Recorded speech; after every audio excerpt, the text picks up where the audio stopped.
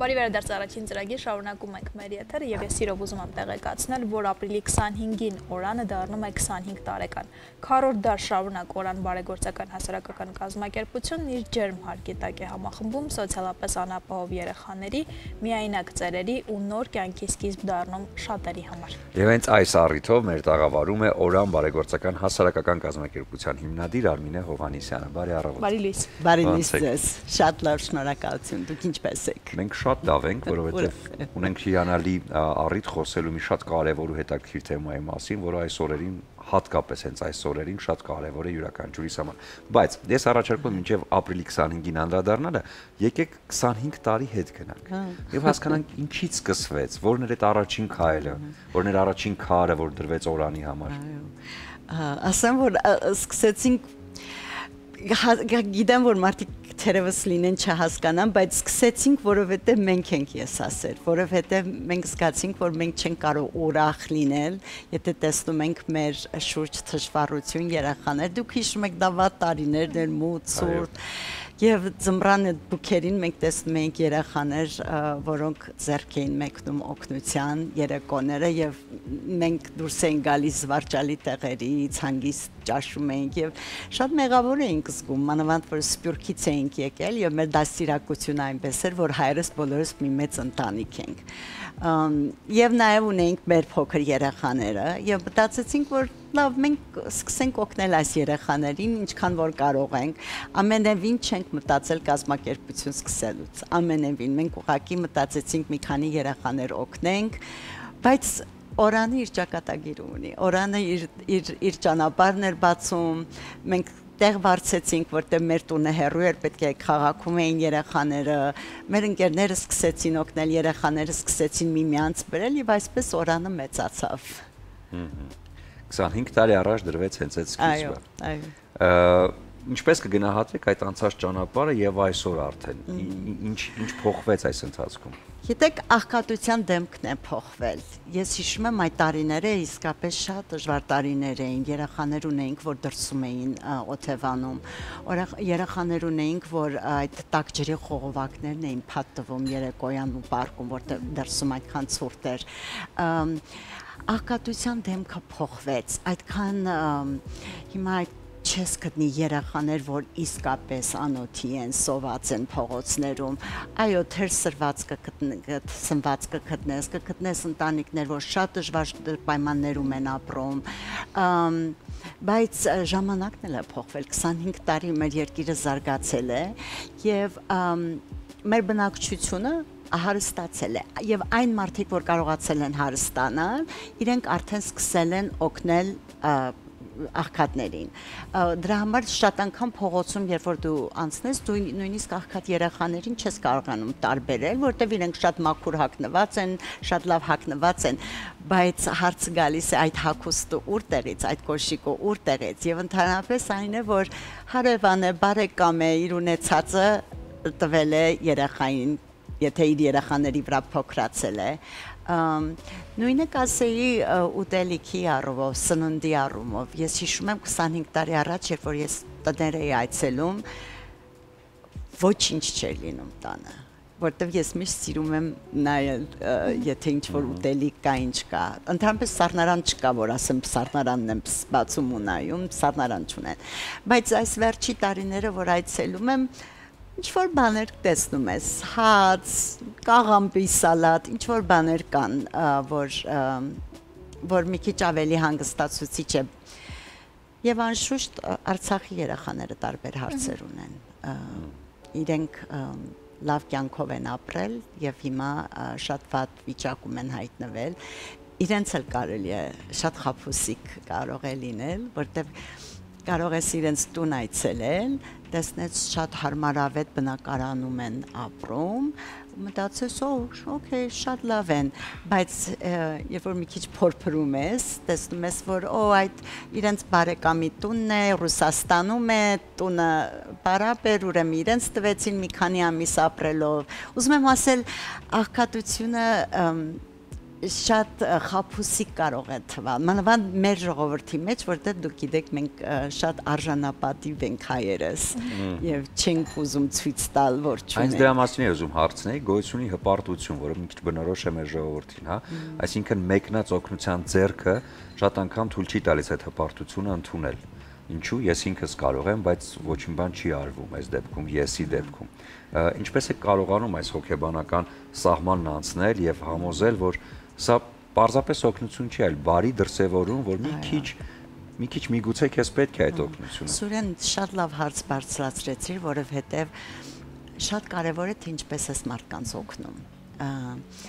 Դա չի պիտի անես խղճահարություն ցույց տալով կամ նսեմացնելով իրենց, ինչպես դու ասացիր, պետք է այդ արժանապատվությունը պահես, եւ երբ որ մարդիկ զգում են, որ իրենց արժանապատվությունը պահվում է, որ օրանի դեպքում այդպես է, որտեղ իսկապես մենք ընտանիքի պես ենք վերաբերվում մեր բոլոր երեխաներին, ուրեմն այդ ընդունելը շատ ավելի հեշտ է լինում։ Առաջ ավելի դժվար էր, կարծես հիմա կարծես ոչ թե արժանապատվության հարց է, ուղղակի մարդիկ կարիք ունեն, ոչ չկա դժվար ժամանակներ են եւ պետք է օգնես միմյանց։ Բայց խոսելով նաեւ թե 25 տարվա մեջ ինչ է փոխվել, ասեմ, որ Հայաստանաբնակ ժողովուրդը միշտ դուք գիտեք առատաձեռն է Հայաստանի ժողովուրդը եւ միշտ օգնել է միմյանց, բայց առաջ օգնում էին բարեկամին, հարևանին, իսկ հիմա արդեն սկսել են կազմակերպություններին օգնել եւ կամավորել եւ դա շատ ողջունելի է։ 25 տարվա մեջ իհարկե Օրանը շատ մեծ ճանապարհ է անցել եւ շատ փոխվել է Օրանի գործառույթը, կարծում եմ, որովհետեւ սկզբում, ինչպես դուք նշեցիք, երևի սկսվել է ամեն ինչ անօթևան երեխաներին, անօթևան մարդկանց Օրան հանդիսանալուց եւ այսօր եկել հարցել են արցախահայերին օգնել եւ այլն, եւ այս ճանապարհը շատ տարբեր է եղել։ Ինձ հետաքրքիր է ոնց է ինքը օրգանիկ գնացել է օրվա խնդիրները լուծելով, թե դուք հատուկ նստել, մարտավարություն եք մշակել, աշխատել եք, օրինակ այս ժամանակներում ինչն է մեզ համար ակտուալ, հիմա ում պետք է օգնել։ Գիտեք, շուկայում էսպես օրենք կա, չէ,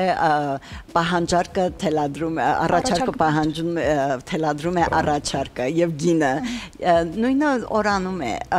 ինչ որ կարիքներ կան, ինչ որ կարիքներ են հայտնաբերվում։ Օրինակ, պատերազմի ժամանակ Արցախում մենք միանգամից սկսեցինք հազարավոր ընտանիքների օգնել, սննդի տոպրակներ պատրաստելով, քնապարկերով, որը ստացանք Միացյալ Նահանգներից հազարավոր, որտեղ պահանջ դա էր։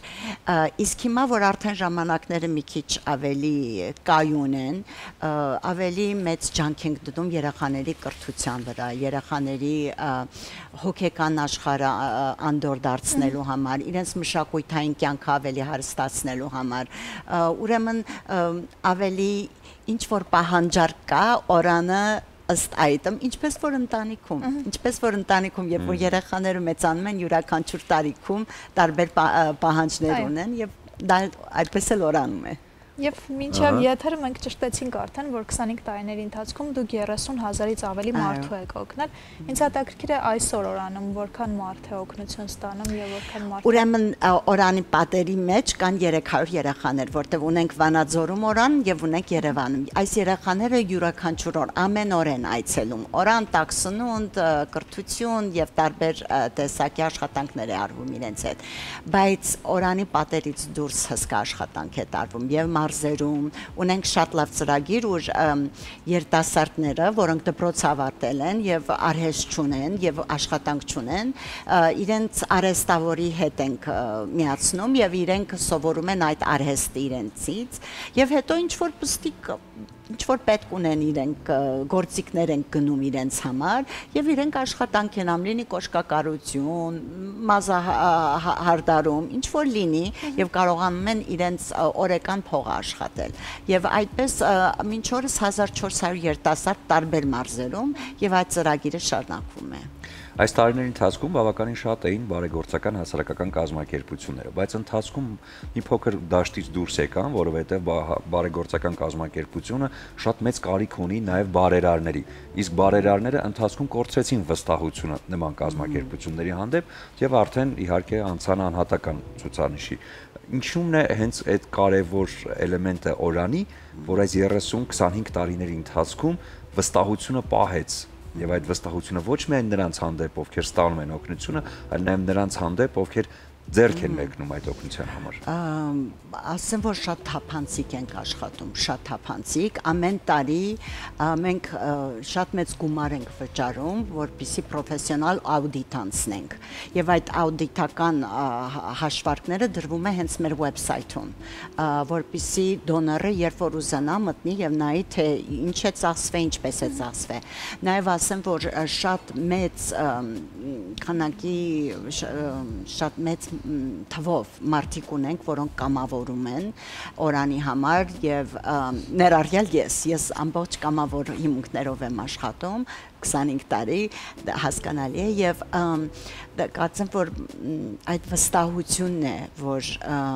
երբ որ այդքան մարդ հավաքված է օրանի շուրջ, կամավոր աշխատում է եւ տարիքով մարդիկ եւ երիտասարդ եւ այն, որ մենք թափանցիկ ենք մեր դրամական ծախսերի մեջ, ինձ թվում է դա շատ կարևոր է։ Մենք ունենք դոնորներ, որ առաջին իսկ օրվանից 25 տարի մեզ հետ են եւ ամսու 25-ին նաեւ իրենց մենք կհիշենք ու կպատվենք եւ դա իսկապես շատ գնահատելի է։ Դա նշանակում է, որ իրենք լիարժեք վստահում են մեզ, մեր աշխատանքը եւ տեսնում են արդյունքները աշխատանքի։ Ես անձամբ ճանաչում եմ երեխաների, որոնց դուք օգնել եք եւ իրենք շատ մեծ խանդավառությամբ պատմում են, թե ինչքան մեծ դեր է ունեցել ձեր օգնությունը իրենց կյանքում եւ հիմա վերադառնալով արդեն ապրիլի 25-ի միջոցառմանը, որովհետեւ հոբելյանական է եւ կարծես թե ամփոփում է այս 25 տարիների աշխատանքը։ Ինչ է սպասվում ապրիլի 25-ին։ Ինչպես ասեցի, մենք կպատմենք մի քանի մեր մեծ նվիրատուներին, կլսենք այն մարդկանց, որ առաջի իսկ օրվանից եղել են օրանի կողքին, կլսենք երեխաները մի քանի երգ կերգեն, կունենանք մեծ կարկանդակ, փուչիկներ, իսկապես դա կլինի տոնական օր կլինի, եւ ասեմ, որ հրավիրվածները բոլորը այն մարդիկ են, որ 25 տարվա ընթացքում ինչ որ առումով առնչվել են օրանի հետ։ Սրանք այն մարդիկ են, որ